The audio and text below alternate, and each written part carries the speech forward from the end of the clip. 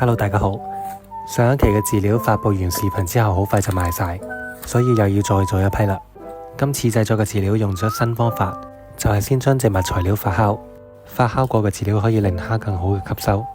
飼料嘅配方亦都有改進，我加入咗南極磷蝦粉，令飼料嘅蛋白質含量去到40%，蝦食咗之後可以更快地成長。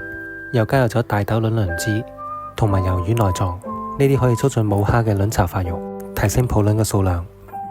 視頻依家做緊嘅步驟係將紅糖溶解，溫度降到30度左右，加入 EM 菌原粉，呢個溫度可以激活有益菌嘅活性。另外再補充一啲菌液，將幾種嘅有益菌加入到原材料裏邊發酵，濕度唔可以太過高，35%到40%左右就可以。太高嘅濕度容易發霉。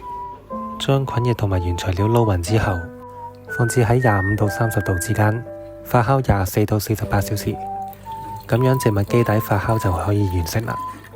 我將菌液均勻噴灑喺原材料上邊，咁樣可以確保原材料唔會過濕。用手去把握原材料，揸起身可以成團，用手篤一下又可以散開。菌液噴灑之後，將原材料密封發酵。發酵完成之後會有少少酒香嘅味道。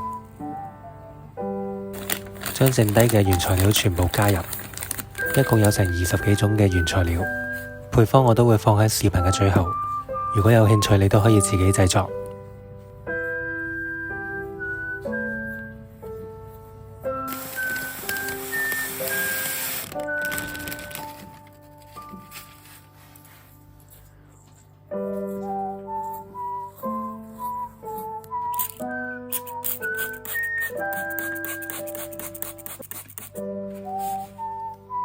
噴灑水分嘅原材料比較濕潤，大概就係搓麵團咁樣嘅濕度，然後將佢哋反覆咁按壓，最終形成比較結實嘅團狀。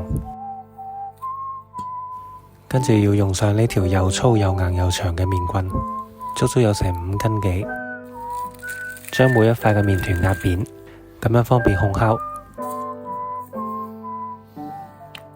烘烤就用呢一個乾果機，佢可以控制溫度，吹出熱風，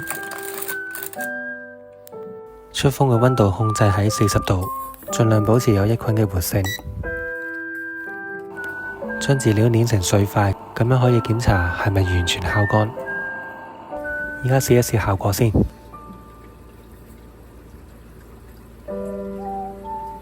即時有蝦走埋嚟食啦。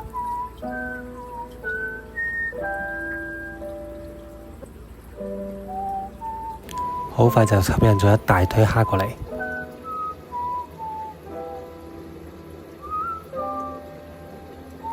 呢一缸養嘅係廣東虎紋蝦，水晶蝦都鍾意呢個飼料。呢啲係蘇蝦奶牛，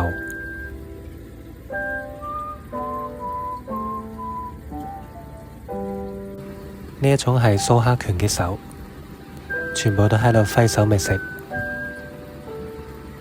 好啦，今期就到呢度，有需要蝦糧就揾我啦。想自己做都可以，配方我放喺視頻最後。下次見，拜拜。